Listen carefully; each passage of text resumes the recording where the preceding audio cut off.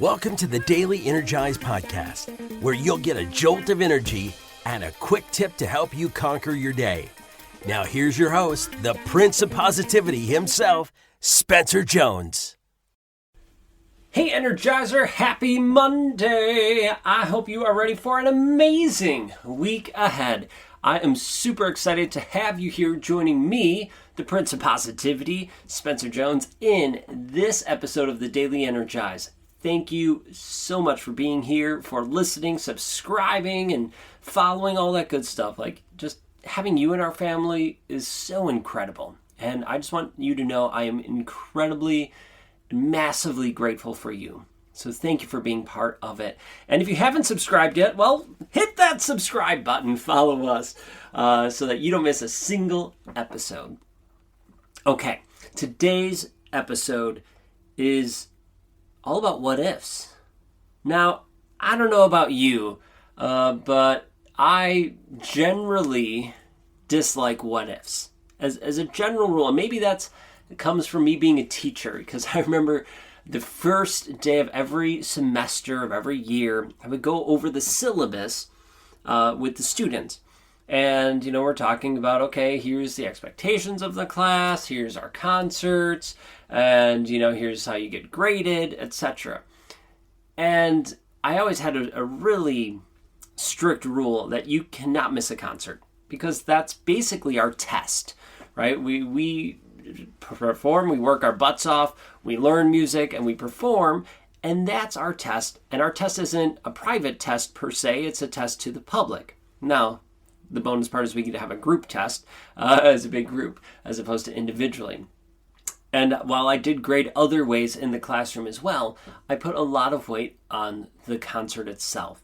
And maybe that's something you agree with, disagree with, that's cool, right? Whatever works for you.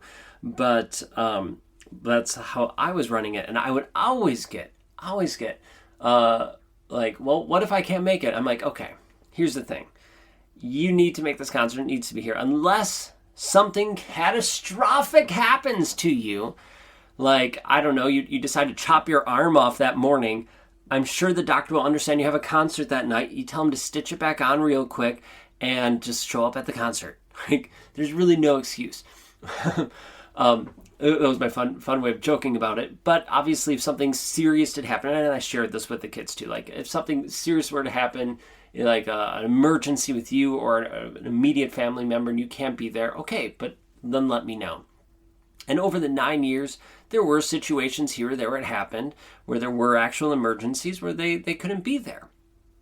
There are also some people who just skipped out on concerts because they just felt like skipping, or they forgot, or whatever. I don't know how they would forget, but whatever. And well, then they have to make it up. So in any case, I used to hate what ifs, because at that point they're like, well, what if aliens, I literally had that question God knows how many times, what if aliens came down and did this? Well, what if this happens? And it just left a bad taste in my mouth for what ifs. But now that I'm not teaching, I look at what ifs a little differently. What ifs are a great way to expand our thinking, the way we look at life.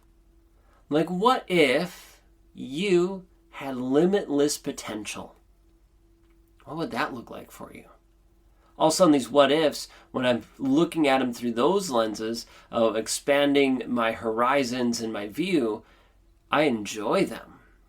And I didn't care for them when I was teaching because of where they were coming from, like the intent behind them.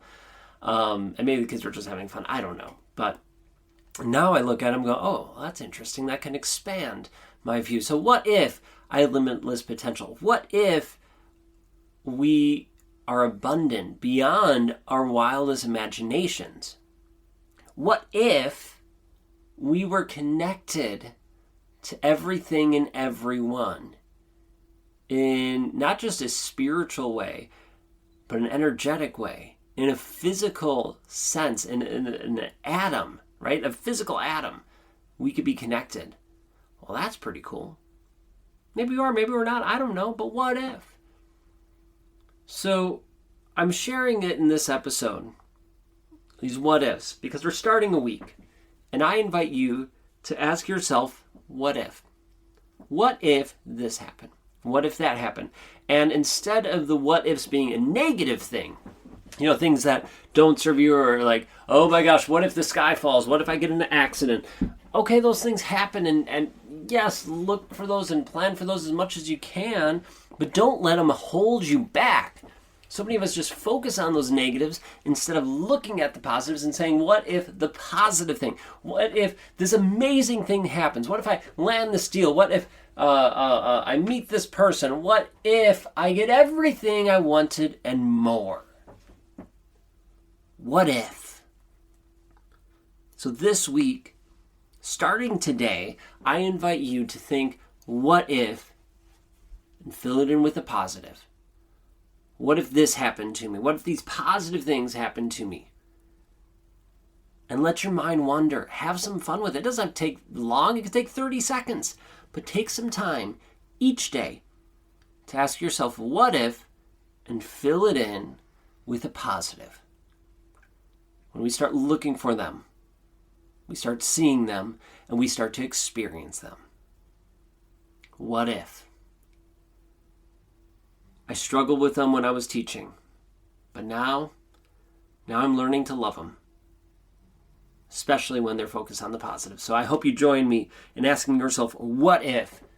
And fill it in with that love, that positive, that joy. Because guess what? The world is giving it to you if you choose to see it. So I love you. I appreciate you. Keep shining your beautiful light with the world.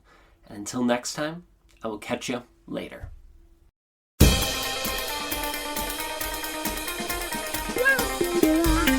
Thank you.